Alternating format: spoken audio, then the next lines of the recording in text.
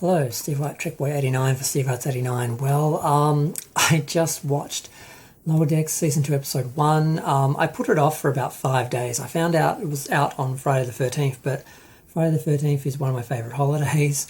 It's a holiday for me anyway. And it's the only one for the year, so I wanted to spend my time watching all the movies and the commentaries and the documentaries and the special features and the videos people have made online and the reviews and all this sort of stuff. And I thought, you know what, I'm not stopping to do a review of Lower Decks. So I've been watching Friday the 13th stuff up until about 2 hours ago.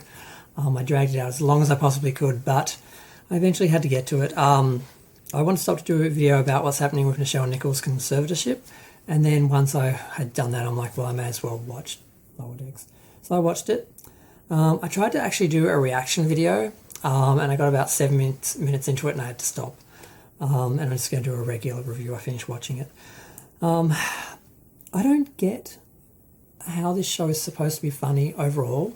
The overall idea is just to make fun of Star Trek and Starfleet and to mock everything about it that people who care about the show care about. I don't get how it's supposed to be funny. Unless you hate Star Trek and you want to make fun of Star Trek because you don't like it, I don't understand how it's supposed to be funny. None of it really works.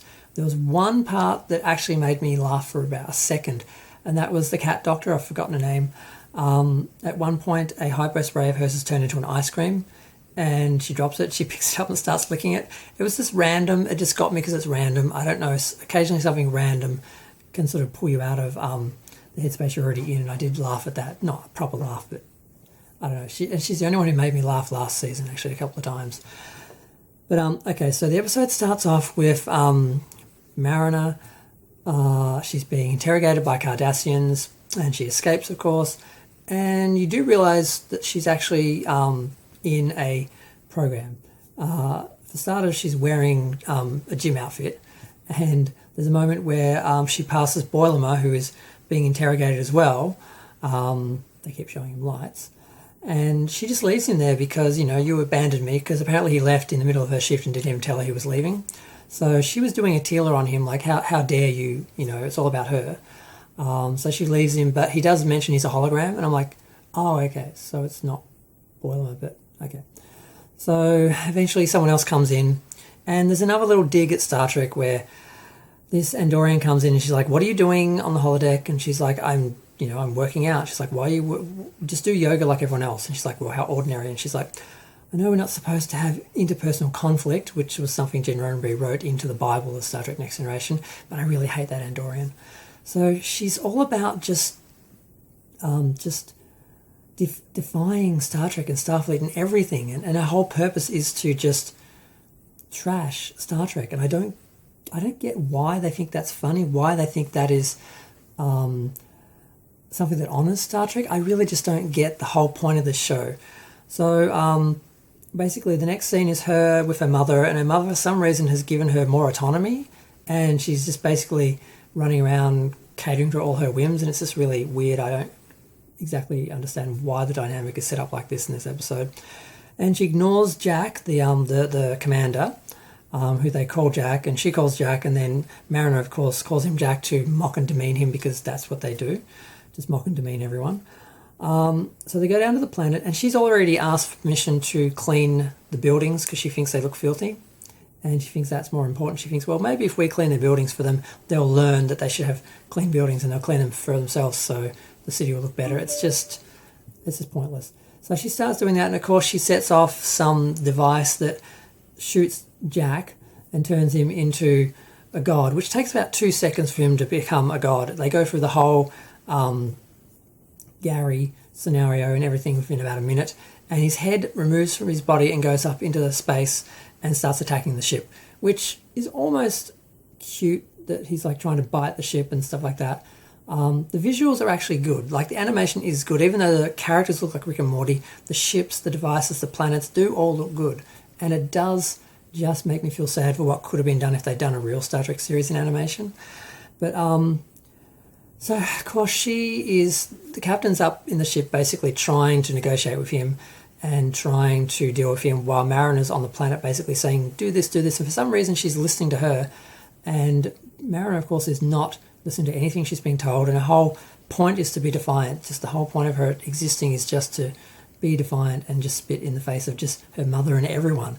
And she just keeps doing it and doing it. And I'm like, how are we supposed to believe this character would really be able to exist in Starfleet? How do we actually, and what is it about that character that it's supposed to honour Star Trek and make fans happy and make her likeable? Like I said, I don't get it. So eventually the captain actually tries to compliment him because he's angry that she's been ignoring him in favour of her daughter, because she totally has. It starts to work, but then his ego just wants to take over the whole ship, because she's like saying, oh, you're great, you're great, you're great. She's like, yeah, I'd be a really good captain too. And she's like, yeah, no, this is my ship. But yeah, so Mariner, her great solution is to attack his body on the planet. The cat lady doctor, her idea was to go get a boulder and drop it on him like Gary Marshall. So, did I say Gary Marshall? Gary Mitchell. Gary Marshall is a director. Sorry. So yeah, so basically she kicks him in the balls. That's her solution to the problem. She kicks him in the balls enough to weaken him that the cat lady doctor drops a giant boulder on him, and somehow he vomits up the evil powers or something, because the strange energies, that possessed him, they don't really resolve the problem. It doesn't really make any sense. It's really just an excuse to show her kicking him in the balls repeatedly from all different angles. So it takes man-hating to a whole nother level with this show. The only two male characters are just mocked. He's like assistant. He's been treated like an assistant. I don't know what his rank is. Stevens. He's running after him like a sycophant and a gimp, and he's just like worshipping him, and he starts to worship him as soon as he becomes a god as well. They make fun of him the whole time, and then they bring him down by kicking him in the balls. So the only two men in the show, I forgot about the side story. I mean, in this part of the story, one is just this gimp, and the other one is kicked in the balls until he basically is defeated. Now, the other story, which is almost interesting because I like Boilerma. I really like the character and I like the actor as well, so it's the only thing about the show last year I liked. He's almost back to normal, but something's a bit off. He suddenly likes peaches, so that sent Tindy off on some mad rant where she's convinced what she's really afraid of is that he won't like her anymore if he changes his mind. She's just insecure. She doesn't think he's going to continue being friends with her anymore. So she uses this medical reason to torture him and shock him and chase him and try and stop him from dating this girl, the one he dated last time. It didn't work out. He's on his third date with her. Maybe she's just jealous about that. I don't know. What she does doesn't make any sense. She's over the top. But yet he forgives her all because she used a tech solution for an emotional problem, which is the same kind of thing he'd do. So he's utterly charming and gorgeous, and she's just crazy and annoying. And we have a scene in the background where she's torturing him. He hides behind a security field, and she's outside, and she eventually admits what's wrong. And outside the window, you actually see the giant head attacking the ship, and that's supposed to be the whole, well, we're looking at the minor story. It's all about the Lower Decks characters, and the main issues are happening in the background, but yet we spent the whole time dealing with the main problem because Mariner was involved in it, and why the captain was allowing her to have so much influence and listening to her and allowing her to just break the rules and do what she wants, because this all happened because she wanted to do this superficial, insulting, racist thing, like saying, well, these are what we believe, what we think they should be more clean, so let's just force them into like an example of being more clean. We're going to clean the city for them, and that's when she set off the device. If she hadn't have done any of that, none of this would have happened.